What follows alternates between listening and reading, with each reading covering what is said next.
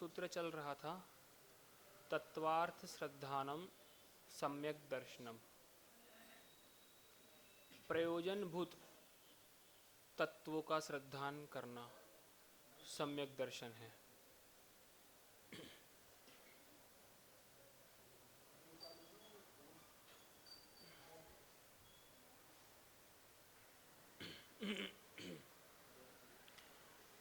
प्रयोजनभूत तत्वों का श्रद्धान करना सम्यक दर्शन है।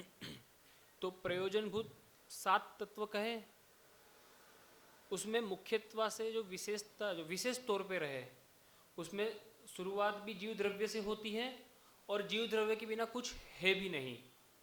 आगे के प्रवचनों में कहा था कि जीव तत्व को इंग्लिश में सोल कहते हैं हम लोग। तो उसमें जो एल से हमने लास्ट का जो एल था उससे लवली लगाया था, तो वो जीव तत्व इतना खुद लवली है, इतना सुंदर खुद है कि उसकी वजह से बाकी के 6 तत्वों में अपने आप सुंदरता आती है, अपने आप निखार आता है। अगर उसको सम्यक रूप से समझा जाए, उसके विशेषताओं को, जीव द्रव्य की विशेषताओं को अगर हमारे द्वारा सम्यक रूप से यानी कि उसके ऊपर व्यवस्थित रूप से श्रद्धान किया जाए, तब बाकी के 6 तत्वों में अपने आप निखार आएगा।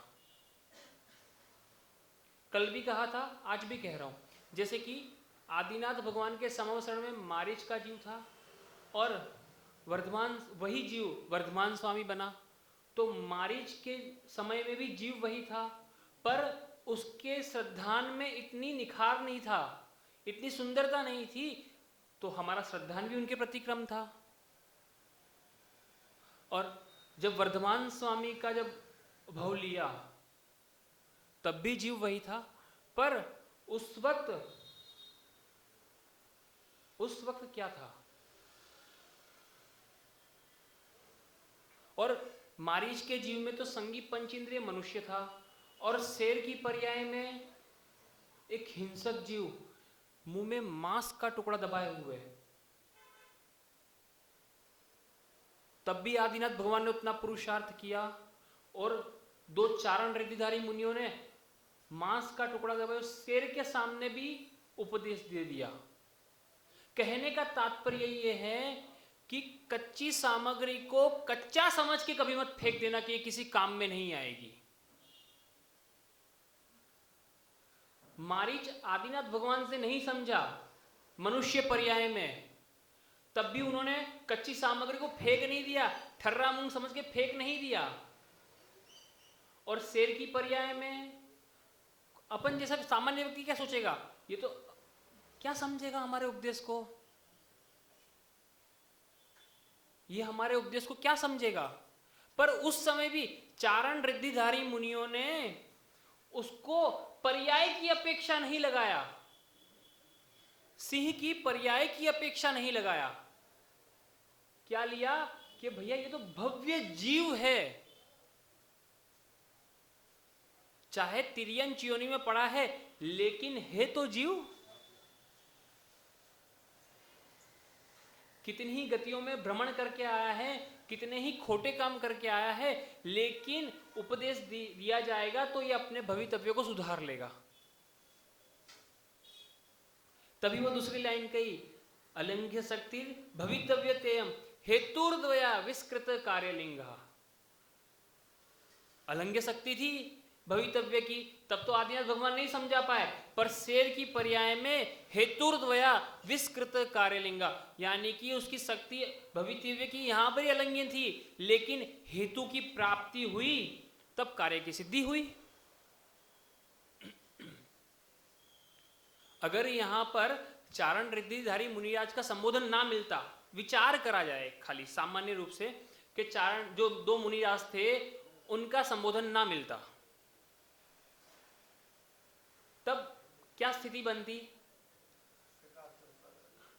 शिकार चलता रहता और मारीच का जो जीव था वो भटकता। तो दोनों ही चीज की आवश्यकता है, एक वस्तु कहने से काम नहीं चलेगा।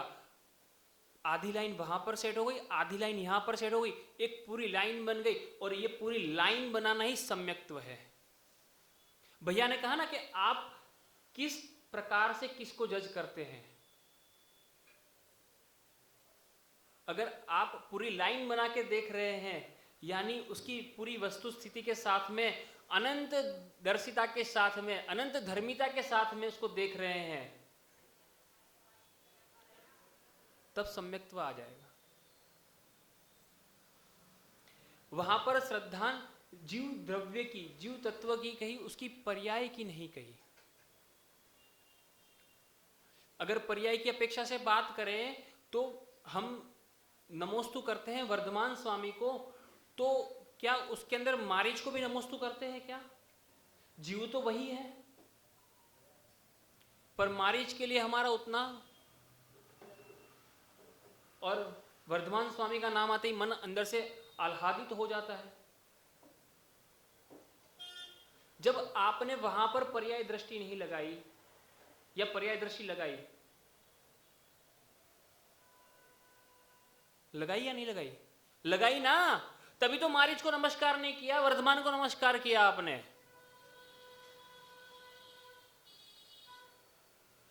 पर आदिनाथ ने वहां पर जीव दृष्टि लगाई थी, दो मुनिराज ने वहां पर द्रव्य दृष्टि लगाई थी, दिव्य दृष्टि लगाई थी, पर्याय दृष्टि नहीं लगाई थी, दिव्य दृष्टि लगाई थी। द्रव्य दृष्टि को दिव्य दृष्टि कह दिया।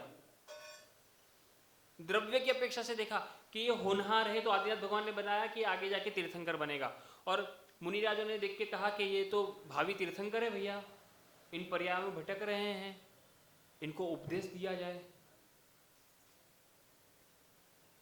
उन्होंने दिव्य दृष्टि लगाई, आप द्रव्य दृष्टि, आप क्या लगा रहे? पर्याय दृष्टि लगा रहे, और मारीच को नमस्कार नहीं कर रहे, वर्धमान को नमस्कार कर रहे हैं।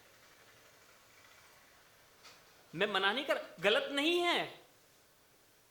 अगर मैं कहूं कि आप हर जगह पे पर्याय दृष्टि लगाए, तो कल उठ के ये भाई साहब अपने बड़े भाई की पूजन करने लगे, इनके बड़े भाई इनकी पूजन करने लगेंगे, बोले हम तो भगवान हैं, मेरा भाई भगवान, मैं भी भगवान।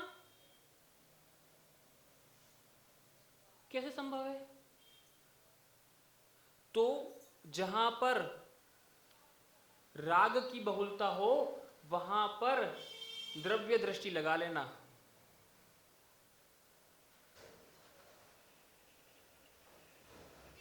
और द्वेष की बहुलता हो, वहां पर पर्याय दृष्टि लगा लेना कि भैया पर्याय की अपेक्षा गलत है। मारीच के पर्याय सब द्वेष करते हैं और अपने भाई से प्रेम करते हैं, तो क्या भाई की अलग लेके पूजन करते? जैसे मारीच की नहीं करते, वैसे इनकी मत करो। तो जहां पर राग की अपेक्षा बहुलता हो, वहां पर द्रव्य दृष्टि लगा लेना, और जहां पर द्वेष की बहुलता हो, वहां पर पर्याय दृष्टि लगा लेना कि भैया पर्याय का फर्क है। वो मारीच का जीव भी वही था, वर्धमान स्वामी का जीव भी वही था, शेर का जीव भी वही था। और राग की बहुलता आ जाए तो पूजा मत करने लगना कि भैया ये भी भगवान है, मैं भी भगवान हूं। समझ रहे हैं ना बात को?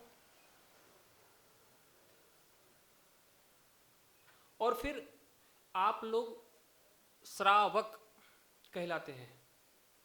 श्रावक, श्रद्धावान, विवेकवान और क्रियावान।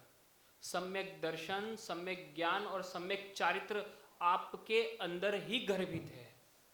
श्रद्धा से सम्यक दर्शन, विवेक से सम्यक ज्ञान और क्रियावान से सम्यक चारित्र।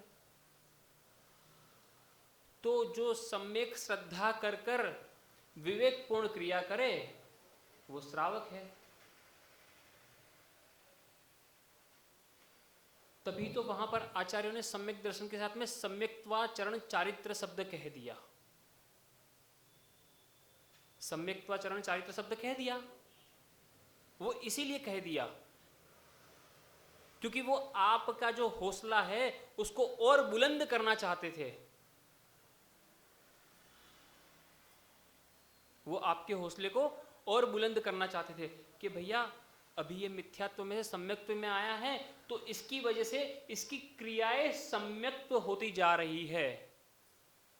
अभी पूर्ण रूप से चारित्र को ग्रहण नहीं कर पाया है या संयम की स्थिति में नहीं आ पाया है, लेकिन उसकी क्रियाएं सम्यक दर्शन की वजह से जो विवेक उत्पन्न हुआ उस वजह से उसकी क्रियाएं सम्यक्त्व होती जा रही है, इसलिए उसको सम्यक्त्वाचरण चारित्र आपके हौसले को बढ़ाने के लिए कह दिया।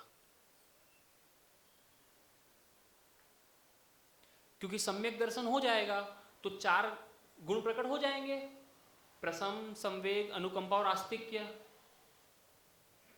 प्रसम प्रकट हुआ यानी अब कसाय मंद हो जाएगी, संवेग हुआ यानी शरीर संसार भोग से भय हो जाएगा, अनुकंपा हो जाएगी, अब एक इंद्रिय मात्र प्राणी की जीव के प्रति भी उसको श्रद्धान हो जाएगा कि भैया मुझे पानी छान के अगर 1 गिलास की आवश्यकता है तो मैं 3 गिलास नहीं छानूं, 2 गिलास छान के वेस्ट ना करूं। नल के ऊपर छन्ना बांधे रखने से मेरा जीवों का बचाव नहीं होगा। अनुकंपा आ जाएगी। अष्टमी चतुर्दशी के दिन बोले हो सके तो उपवास करूं, सामर्थ्य नहीं है तो हरि का त्याग कर दूं। पंखे का, लाइट का उपयोग कम से कम करूं, वायु का एक, अग्नि का एक जीव होते हैं ना, अग्नि का प्रयोग कम से कम करूं। समझ रहे हैं ना बात को? तो वो सम्यक्त्वाचरण चारित्र आ जाएगा। और आस्तिक्य, आगे की अगर 3 क्रियाएं कर रहे हैं मतलब अब जैन धर्म पे, जिनवाणी की बातों पे श्रद्धान है भैया।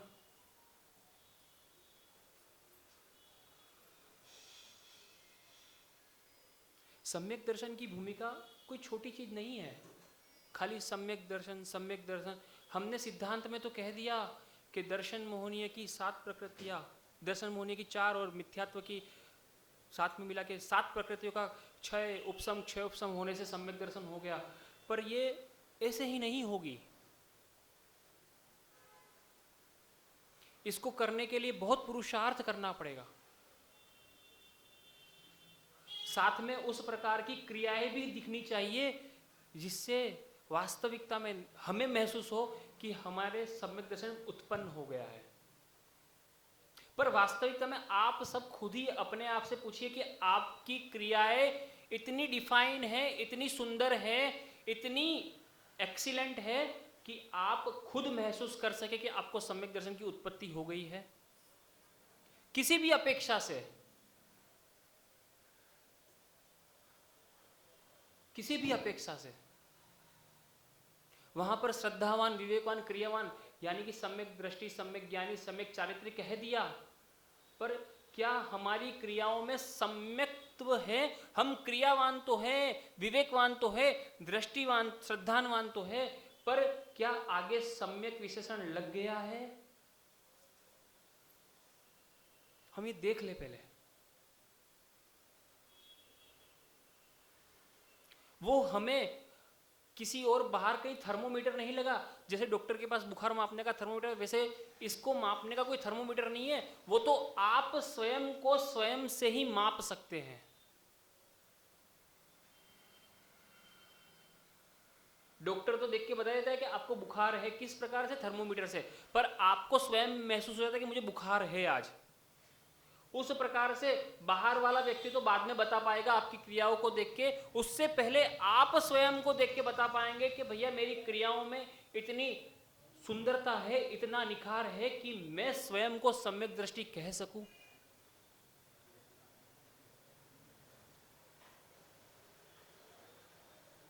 वैसे तो व्यवहार में कहते हैं कि देवशास्त्र गुरु को मानने वाला सम्यक दृष्टि है, भगवान की पूजा करने वाला सम्यक दृष्टि, अभिषेक करने वाला सम्यक दृष्टि है।